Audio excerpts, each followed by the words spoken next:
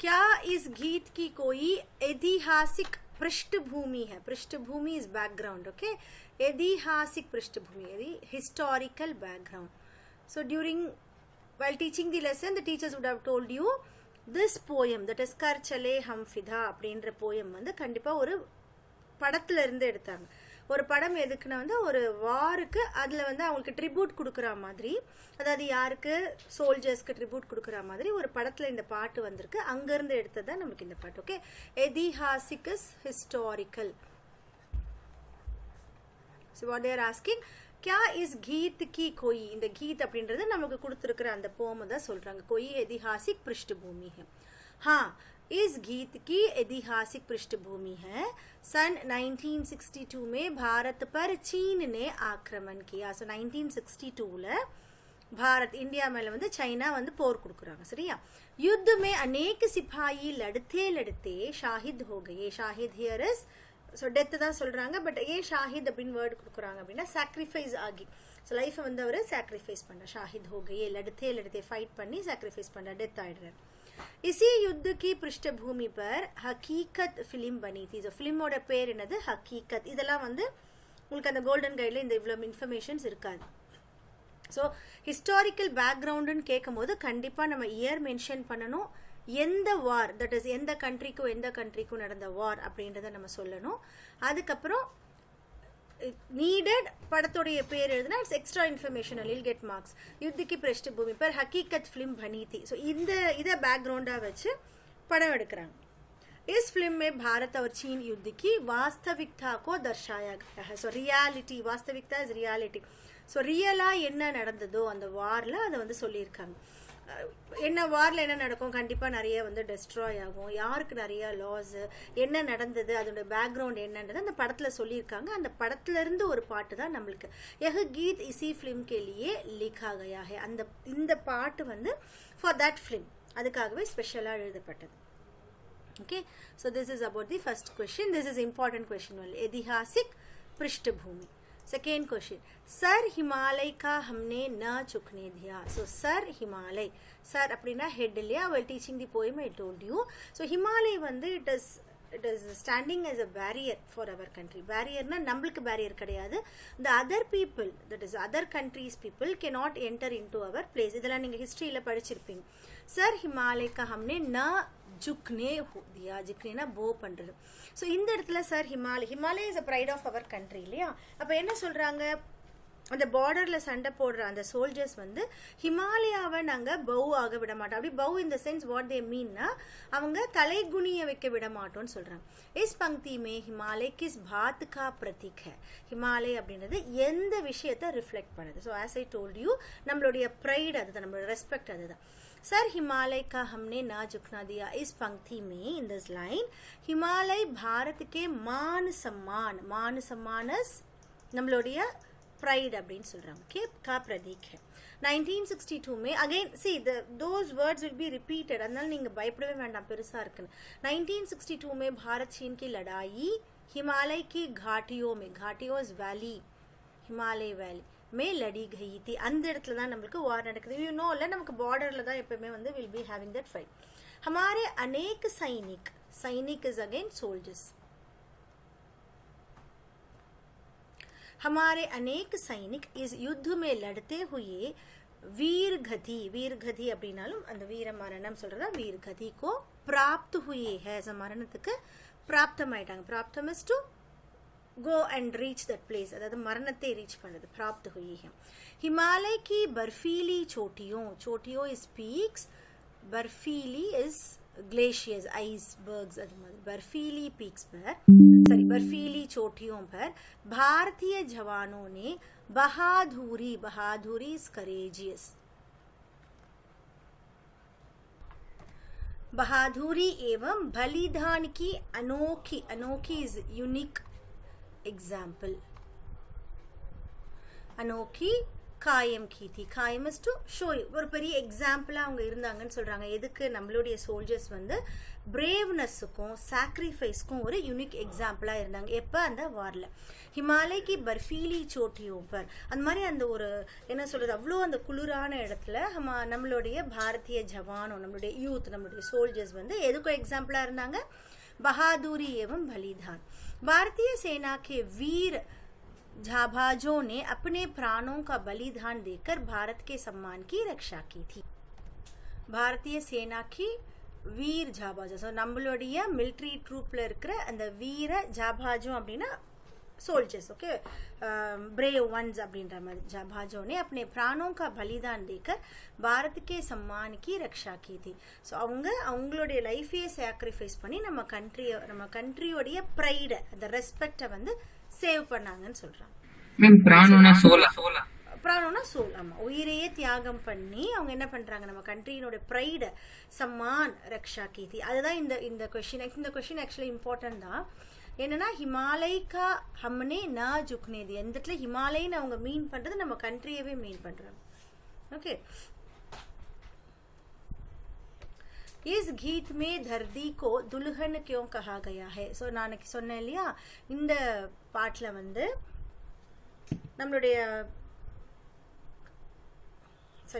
பூமியை வந்து என்ன சொல்லுவாங்க? துல்ஹன் அப்படின்னு சொல்லிப்பாங்க. துல்ஹன்னா என்னது?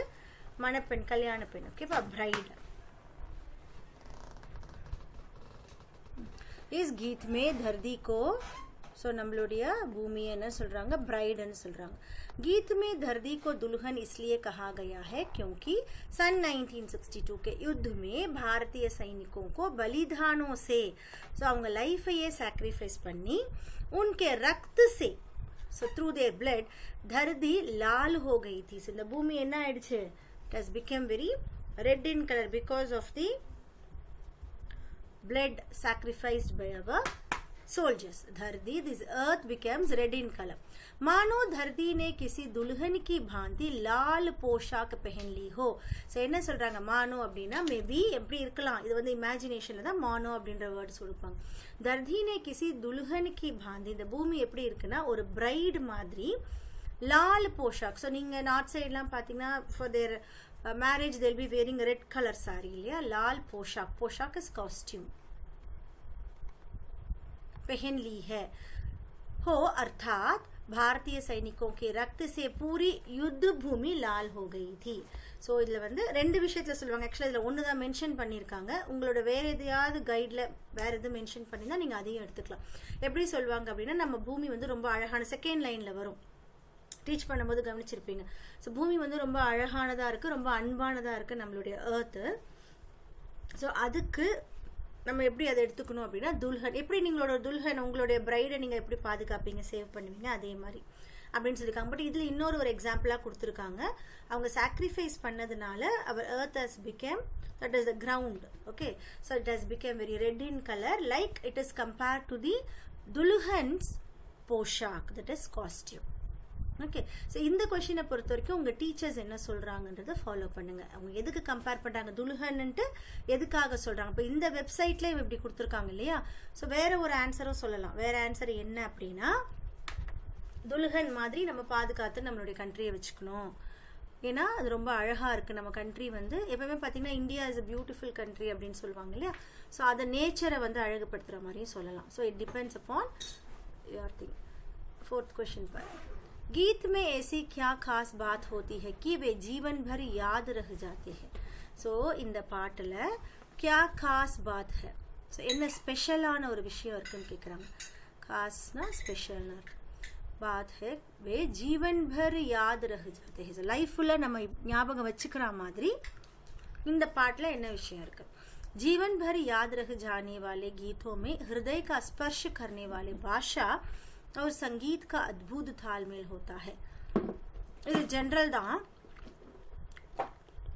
ஸோ இந்த பாட்டில் என்ன இருக்கான்னா, ஹிருதய் கா Sparsh, Sparsh is to touch, ஓகேவா? ஸோ ஹார்ட்டை டச் பண்ணுற மாதிரியான லாங்குவேஜ்.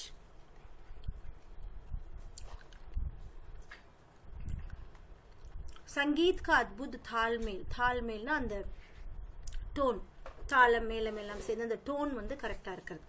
जो व्यक्ति के एक्चुअली இதுல நம்மளுக்கு ஆன்சர் இது வேணும்னா நீங்க எழுதுங்க இல்லனா விட்டுடுங்க जो व्यक्ति के अंतर्मन में स्वतः ही प्रवेश कर जाता है सो நீங்க இத எப்படி எழுதலாம்னா यह गीत का भाषा व्यक्ति के अंतर्मन में स्वतः ही प्रवेश कर जाता है சரியா ஈஸியா வந்து பாஷா ஈஸியா இருக்குன்னு சொல்லுங்க इस तरह गीतों के बोल सरल भाषा व प्रभावोत्मातक அப்படினா अट्रैक्टिव स्टाइल होने चाहिए ताकि वह व्यक्ति की जुबान ना टंग पर आसानी से चढ़ सके इन गीतों का विषय जीवन में मर्मस्पर्शी पहलुओं से जुड़ा होना है सो एस्पेक्ट्स ऑफ पहलुओं ना aspects of touching your heart ऐसे गीत हृदय की गहराइयों में समा जाता है दिस இந்த போயம் வந்து நம்மளுடைய மனசுல அப்படியே டீப்பா போயிருக்குன்னு சொல்றாங்க பட் ஒன்னு சொல்றேன் பாருங்க this question is not very important இந்த லெசன்ல உங்களுக்கு எப்படி கேட்பாங்கன்னா இந்த பாட்டு மூலமா நீங்க என்ன கத்துக்கிட்ட சோல்ஜர்ஸ் பத்தி நீ என்ன கத்துக்கிட்ட அப்படிதான் கேட்பாங்க और நான் சொல்லி கொடுத்துடுறேன் பட் அதை நம்ம ஃபாலோ பண்றதோ இல்ல நம்ம பாத்துக்கலாம் इन गीतों के सुर लहरियों यस मां इन गीतों के सुर लहरियों सुर तालம்ல சொல்வாங்கல संपूर्ण मन मस्तिष्क को सकारात्मक व्हाट इज सकारात्मक डा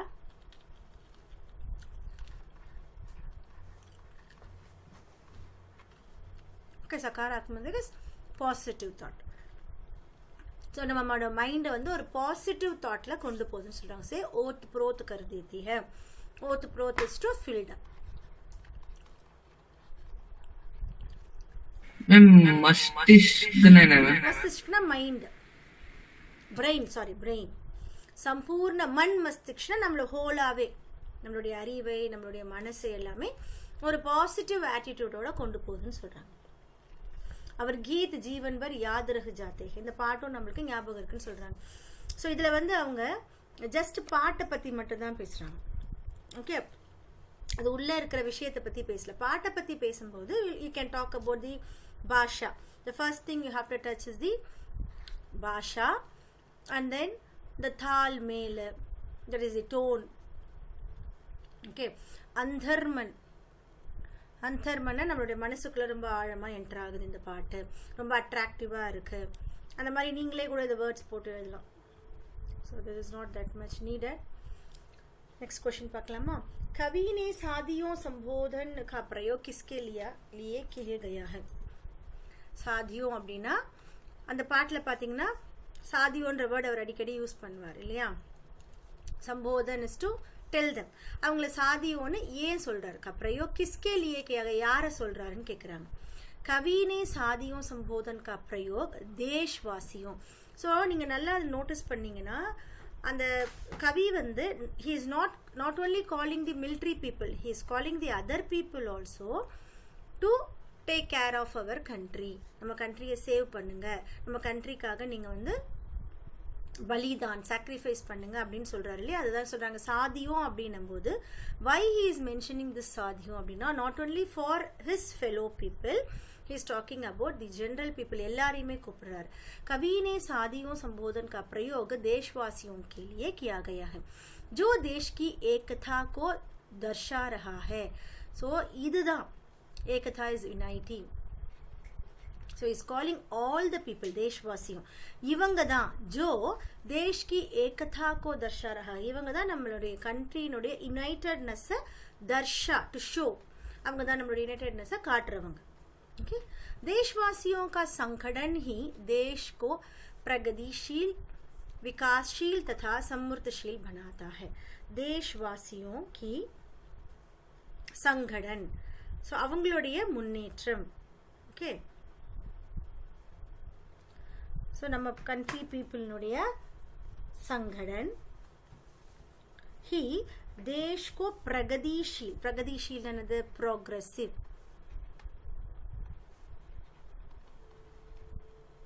okay विकासशील डेवलपमेंट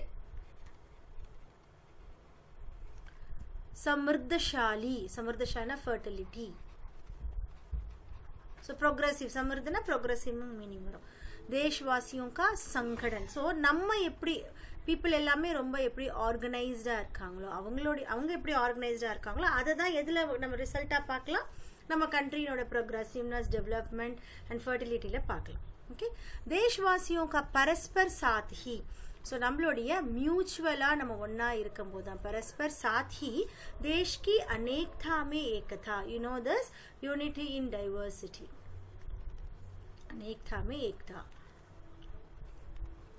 जैसी विशिष्टता का मजबूत बनाता है. அந்த மாதிரி நம்மளுடைய ஒரு யூனிக்னஸ் இருக்கு இல்லையா, அதை வந்து ஸ்ட்ராங் ஆக்குறதே தேஷ்வாசியம் தான். அதனால அவர் சாதியும் அப்படின்னு கூப்பிடுறது தேஷ்வாசியம். அப்போ தேஷ்வாசியம்ல என்னெல்லாம் இருக்கு, நம்மளுக்கு யுனைடெட்னஸை காட்டுறோம். ஆர்கனைஸ்டாக இருக்கும்போது we get the progressiveness to for our country, development for our country. And மியூச்சுவலாக நம்ம ஒற்றுமையாக இருக்கும்போது it shows the unity in diversity. Okay, 6th question पर कवि ने इस कविता में किस काफिले को आगे बढ़ाते रहने की बात कही है. काफिले is like a group. Okay, so அதாவது யாத்ரியோं का समूह அப்படின்னு சொல்றாங்க. யாத்ரியோं का समूहனா டிராவலருடைய ஒரு குரூப். ஸோ அந்த டிராவலர் யாரா இருக்கணும், कवि ने इस कविता में किस काफिले, this question is important, काफिले को आगे बढ़ाते रहने की बात कही है. काफिले शब्द का अर्थ है यात्रियों का समूह, अதாவது டிராவலர்னுடைய ஒரு குரூப். ஸோ கவி என்ன சொல்வார் இந்த கவிதால, நீங்கள் ட்ராவல் பண்ணிகிட்டே இருக்கணும், இப்போ எங்களோட இது முடிஞ்சிடக்கூடாது, the group should be formed again and again. அந்த ரிஃபர்மேஷன் வந்து இருந்துகிட்டே இருக்கணும். ஸோ தட் எப்பயுமே நம்ம கண்ட்ரியை நம்ம பாதுகாக்கலாம். So that we can say we can be secure our country any time. நாங்கள் இல்லைனா கூட, இப்போ நாங்கள் என்ன பண்ண போகிறோம், நம்மளுடைய லைஃப்பை நாங்கள் சாக்ரிஃபைஸ் பண்ணுறோம், பலிதான் பண்ணுறோம் இல்லையா, நாங்கள் இல்லைனா கூட அப்புறமே அது எங்களுக்கு அடுத்து இன்னொரு குரூப் வந்துட்டே இருக்கணும்னு சொல்கிறார். அதுதான் காஃபிலே. काफिले शब्द का अर्थ है यात्रियों का समूह. कवि ने इस कविता में देश के लिए न्योजावर is also sacrifice. So many new words you'll be learning for sacrifice. होने वाले अर्थात देश के मान सम्मान व रक्षा की खातिर. खातिर is for the sake of. So நம்ம கண்ட்ரியினுடைய சேக்குக்காக अपने सुखों को त्याग कर, அவங்களோட சந்தோஷத்தெல்லாம் தியாகம் பண்றாங்க. மர் மிட்னே வாலே, ஸோ இறந்து போகிறவங்க பலிதானியோं के काफिले को आगे बढ़ते रहने की बात कही है. ஸோ இந்த மாதிரி பீப்புளோட நீங்கள் பலிதான் பண்ணுறவங்களுக்கு யாரெல்லாம் வந்து ரெடியாக இருக்கீங்களோ கண்ட்ரிக்காக, அவங்களுடைய குரூப் வந்துட்டே இருக்கணும்னு சொல்கிறாரு. One thing. அதுக்கப்புறம் என்ன சொல்கிறாரு, எல்லாருமே இதுக்கு ரெடியாக இருக்கணும், நம்ம கண்ட்ரிக்காக நம்ம சாக்ரிஃபைஸ் பண்ணுறதுக்கு ரெடியாக இருக்கணும்னு சொல்லிட்டாரு. कवि का मानना है कि बलिदान का यह क्रम is this sequence of doing in the way like in the this work, continuous work, निरंतर चलते रहना चाहिए. it should be continuous forever, continued for ever and ever அப்படின்னு சொல்றாரு. क्योंकि हमारा देश तभी सुरक्षित रह सकता है. ஸோ அப்பதான் நம்மளுடைய கண்ட்ரி என்ன ஆகும், सिक्योर्डा இருக்கும். जब बलिदानियों के काफिले शत्रुओं को परस्पर कर तथा विजयश्री को हासिल कर आगे बढ़ते रहेंगे. அப்ப என்ன ஆகும், இந்த பலிதானியோं की काफिले sacrifice பண்ணுன்ற எண்ணத்தோட வராங்க இல்லையா, அந்த காஃபிலே சத்ருவோं को परास्त कर, சாரி ஃபர்ஸ்ட் நான் தப்பா படிச்சிட்டேன், परास्त करना डिफीट பண்ணுதுன்னு அர்த்தம். परास्त कर डिफीट பண்ணி तथा विजयश्री को हासिल, ஸோ நம்ம விக்டரியை வந்து அச்சீவ் பண்ணும். हासिल कर आगे बढ़ेगा, बढ़ते रहेगा. ओके, 7th क्वेश्चन पर इस गीत में सर पर कफन बांधना किस और संकेत करता है. सर पर कफन बांधना, कफन அப்படினா வந்து இந்த it is a white cloth இல்லையா, அந்த டெட் பாடிக்கு மேலே போடுற ஒரு அந்த கிளாத் தான் கஃபன் அப்படின்னு சொல்லுவாங்க. ஸோ இவர் என்ன சொல்றாரு, நம்ம தலையில வந்து அதாவது டெட் பாடி தான் இங்கே மீன் பண்றாங்க, தலையில கட்டுற அந்த கஃபன் சொல்றாங்க. इस गीत में सर पर कफन बांधना देश के लिए अपना सर्वस्व अर्थात संपूर्ण समर्पण की ओर संकेत करता है. நம்ம கடைசி வரைக்கும் நம்ம வந்து சாக்ரிஃபைஸ் பண்ணணும்னு சொல்றாரு இல்லையா, அது என்ன மீன் பண்றாருன்னா நம்மளுடைய எல்லாத்தையும் சாக்ரிஃபைஸ் பண்ணணும். सर्वस्व अर्थात संपूर्ण की ओर संकेत करता है. सिर पर कफन बांधकर चलने वाला व्यक्ति अपने प्राणों से मोह नहीं करता. सो இப்ப सिर पर कफन बांधना அப்படின்னா என்ன மீனிங், சாக்ரிஃபைஸ்க்கு தயாரா ரெடியா போகிற ஒரு பர்சன் தான் सिर पर कफन बांधना மீன் பண்றான். அப்ப அவர் என்ன பண்றாருன்னா அவருடைய பிராணோं से मोह नहीं करता. He is not interested towards his life. He will not get affection towards his life. இல்லையா? बल्कि अपने प्राणों का बलिदान देने के लिए सदैव, always. So rather, बल्कि is rather, और எப்படி இருப்பாரு? अपने प्राणों का बलिदान देने के लिए सदैव तैयार रहता है. इसलिए हर सैनिक सदा मौत को, that is death, गले लगाने के लिए तत्पर रहता है. तत्पर इज ரெடி. ஸோ என்ன சொல்றாரு, எல்லா சோல்ஜர்ஸும் ரெடியா இருப்பாங்க எப்பவுமே வந்து டெத்தை மீட் பண்றதுக்காக. ओके, இது in this question we know no need चलो. इस कविता का प्रतिपाद्य, அதாவது இத பத்தின இத வந்து अपने शब्दों में लिखो. நீங்க ஒரு क्वेश्चन படிச்சீங்களா, அது எப்படி இருந்தது, பாஷா எப்படி இருந்தது, அதை எழுதலாம். ஆன் தி ஹோல் நீங்க எல்லாமே இது ஓவராலா எழுதலாம். But no need to read this question.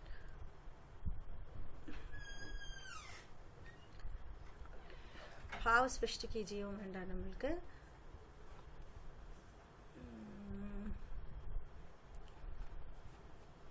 आशय स्पष्ट कीजिए.